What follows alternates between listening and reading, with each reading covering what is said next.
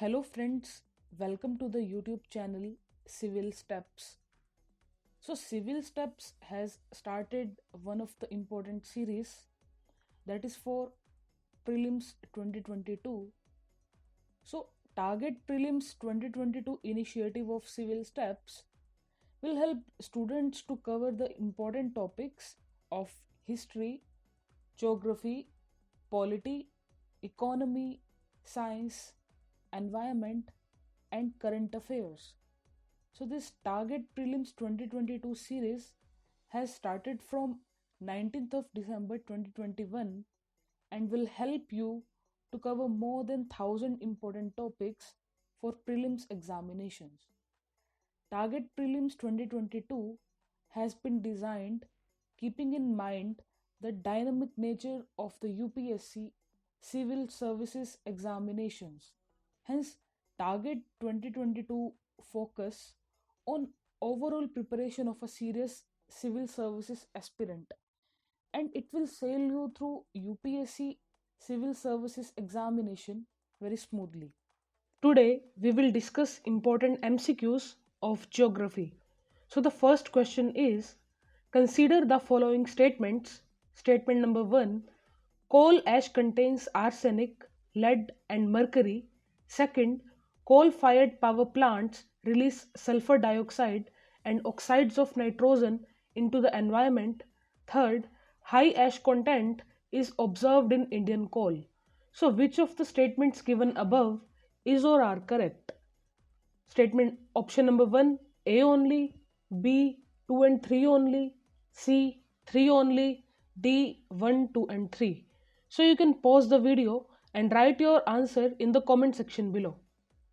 I hope you have written the answer. So the answer of this question is option number D 1, 2 and 3 only. So excessive burning of coal, wood, kerosene, petrol, etc. release toxic gases such as sulfur dioxide, oxides of nitrogen, carbon monoxide, and hydrocarbons in the air. So these gases are also emitted by industries, power plants, automobiles, and aircrafts. So statement number 2 is correct. And coal ash contains contaminants like mercury, cadmium, arsenic. So statement number 1 is also correct. And statement number 3 is also correct, as high ash content is observed in Indian coal. So the answer is option number D 1, 2 and 3. So this topic of coal is extremely important from UPSC prelims exam point of view. UPSC in previous years had already asked questions on coal in some way or the other. So you should read about coal holistically. So this was all about question number first. So now let us discuss question number second. Which one of the following pairs of states of India indicates the easternmost and westernmost state? Option number A, Assam and Rajasthan, B, Arunachal Pradesh and Rajasthan, C, Assam and Gujarat, D, Arunachal Pradesh and Gujarat. So you can pause this video and write your answer in the comment section. So the answer of this question is option number D, Arunachal Pradesh and Gujarat. So Arunachal Pradesh and Gujarat are the easternmost and westernmost states respectively. So you can clearly see on the map of India that these are the most eastern and western states. So this is very simple question that was asked in UPSC prelims exam in 2015. So anybody who has even slight understanding of map of India can easily answer this question. So now let us discuss question number 3. Following are the characteristics of an area in India. First, hot and humid climate. Second, annual rainfall 200 centimeter. Third, hill slopes up to an altitude of 1100 meters. Fourth, annual range of temperature 15 degrees Celsius to 30 degrees Celsius. So which one among the following crops are you most likely to find in the area described above? Option number A, mustard, B, cotton, C, pepper, D, Virginia tobacco. So you can pause this video and write your answer in the comment section below. So the answer of this question is option number C, pepper. So the above climate conditions are found in India in western coastal area from Maharashtra, Goa, Kerala, coastal Karnataka, including the Western Ghats and hilly areas of northeast, except some parts of Meghalaya and Arunachal Pradesh. Virginia tobacco is cultivated in Andhra Pradesh and can be grown in dry weather, so pepper should be the correct option. So, this topic or theme of climatic region is extremely important from prelims exam point of view, and the similar pattern was repeated in 2020. In 2020 prelims, the question was asked on cotton. So, these some characteristics were given of cotton, and options were asked like this question only. So, you should cover all these climates in a detailed manner so that you would be able to answer these kind of questions.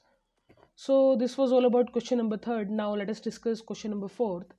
When you travel in Himalayas, you will see the following: first, deep gorges; second, U-turn river courses; third, parallel mountain ranges; fourth, steep gradients causing landsliding.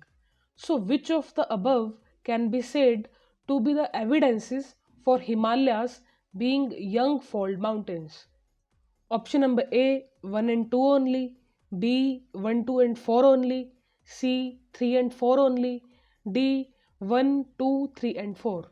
So you can pause this video and write your answer in the comment section below.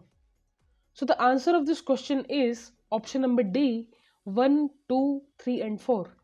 So when you travel in the Himalayas, you will see the deep gorges, U-turn river courses, parallel mountain ranges and steep gradients causing landsliding. So this was the question that was asked by UPSC in its 2012 prelims examination.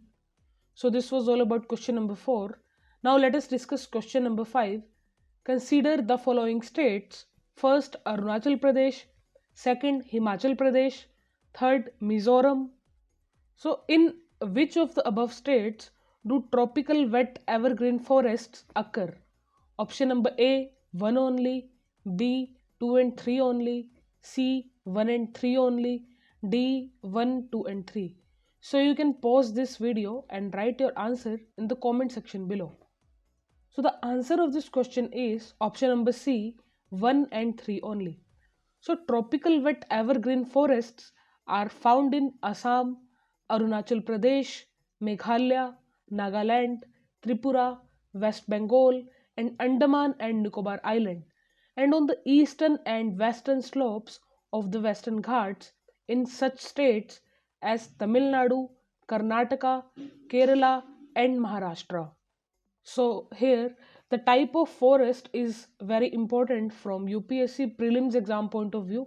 So you should know about different kind of forests like evergreen forest, tropical deciduous forest, montane forest, tropical wet evergreen forest. So you should know the difference between all of these forests also.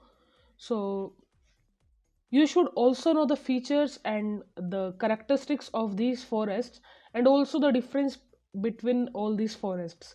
So this was all about today's video. I hope you liked the video, so you can subscribe the channel and you can also press the bell icon. Thank you very much.